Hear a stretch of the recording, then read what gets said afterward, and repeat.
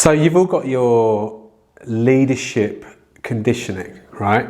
Okay, so let's just have a look at who you've worked for over the years, and that will give you a track record of what's been going into your head, right? Okay.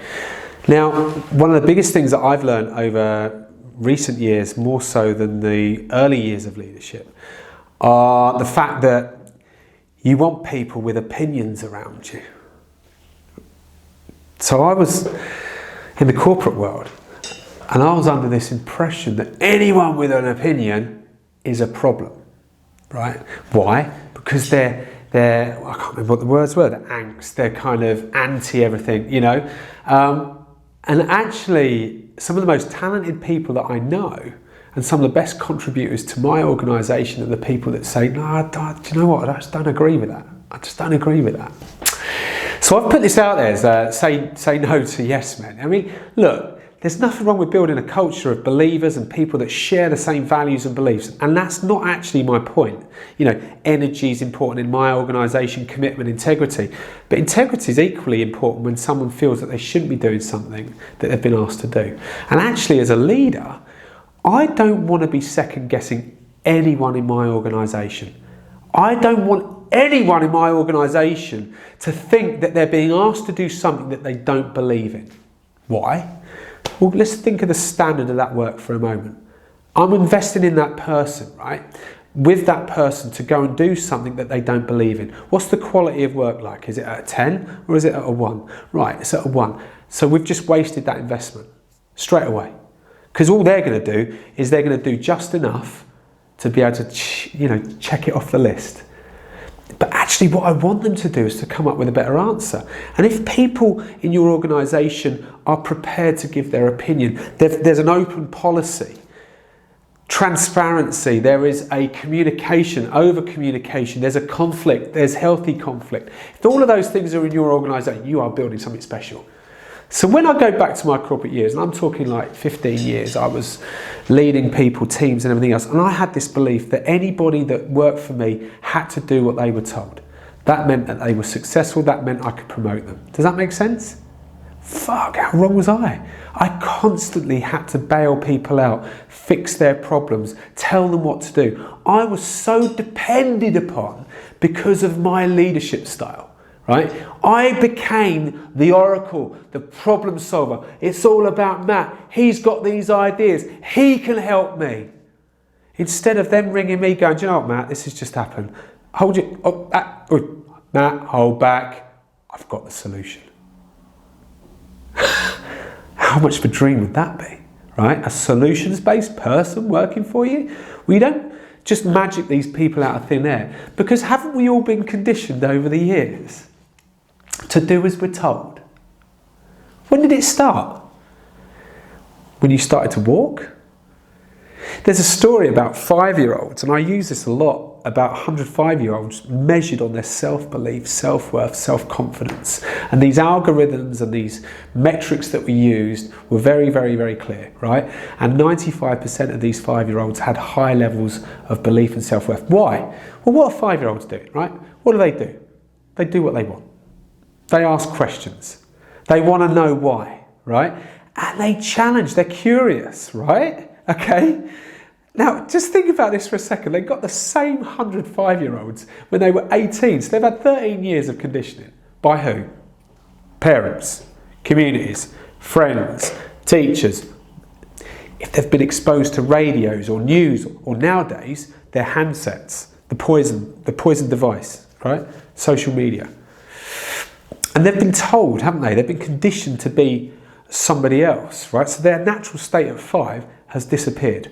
When they're confident, they'll do anything. You know, I've got a lady who works with me who's fantastic, but she's got no self-belief at all, right? Every time you think, gosh, she could go and do that, she goes, I can't do it. I haven't got time, too busy.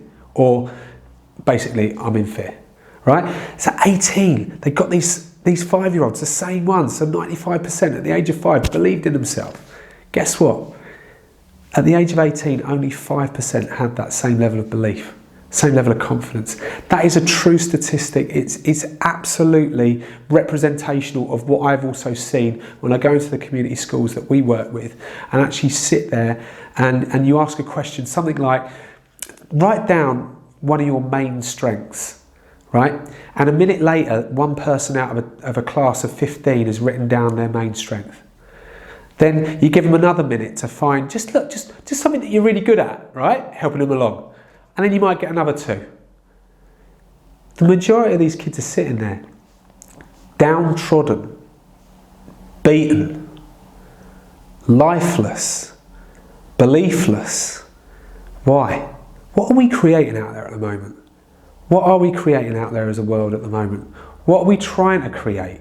What do we know? You know, my idea of school, surely it's to make sure at the age of 16 a kid believes in himself and what their talent is. Anything beyond that is a bonus. That's got to be the minimum standard. No matter what child, everyone's got a unique talent. Everyone's got a different set of skills, right? That's what makes this a great world, right? That's what makes us a great organisation, because we've got different beliefs, different talents working under one roof. So it becomes like this big picture, right? What's going on out there in the world? What is going on? Well, let's go back to the point, right? So let's think about this, the yes-no syndrome. What are we creating in this world at the moment? We're creating people like it's almost like a factory of life, isn't it? You're put into this process, you go on that wheel and off you go, right? Where's the fulfillment there? Where's the fun? Where's the sense of adventure? Where's this kind of like belief? Where's this kind of going to, right? And then they see these other people that are doing and being all of these wonderful things, and they're thinking, well, I can't do that. Then what happens to that person's thoughts and feelings about themselves?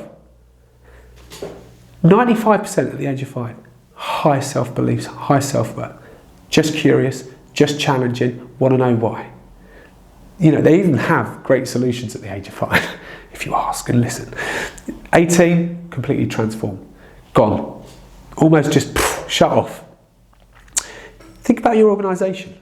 Have you got the 5-year-olds? Have you got the 18-year-olds? Ask yourself that question. Have you got people coming to you with ideas? Or are they waiting for your ideas? And believe me, it's a struggle. It is a struggle. But it's something that only with your culture and your openness and your questions and your listening and your empowerment can they change, right? So you've got to think about what they're thinking. Invest in their ideas, their solutions, and create an environment where people feel like they can challenge the status quo or what's being decided, because you want people to go with the ideas. No matter whose idea it is, you want them to embrace the ideas, the change, the solutions, because it's going to act, it's going to give you something different, right?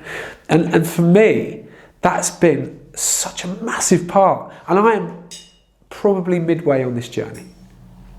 You know, the leadership triangle used to be, if I can just show you a little picture, you know, in big companies you were at the top and then everybody else, right? Actually, you work for your employees, that's you, that's your team. So you've got to think, the more that they've got to say and the more that they invest in their ideas, their talk, their solutions, the more likely they are to take action.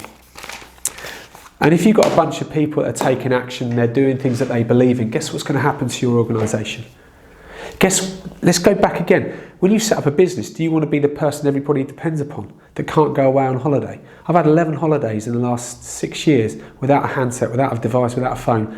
And guess how many phone calls I've had to my wife's phone because she set the rules. She goes, if anyone needs you, Matt, they can ring me. Have a guess how many phoned my wife? None. She's had 2 messages, I think, over that time. Right? 2 messages. That's probably, if we look over the years, 6 years, let's say on average, 2-3 holidays a year. You're talking 12, 14, 15 different breaks, you know, something like that. It's an incredible amount of time away from a business that you love, care, you've nurtured, if you like. But what it's told my team is that I trust them. That ain't a bad thing, is it? So if you want to get yourself into that place, for me, you need people around you that care enough to challenge you, to give them your opinion or give you their opinion. And equally, you got to listen, right? So say no to the yes men. Say no to people that just want to tell you what you want to hear. Invest more in the people that have got solutions. Invest more time and you'll start to transform your business through your leadership. Good luck. I hope that works for you.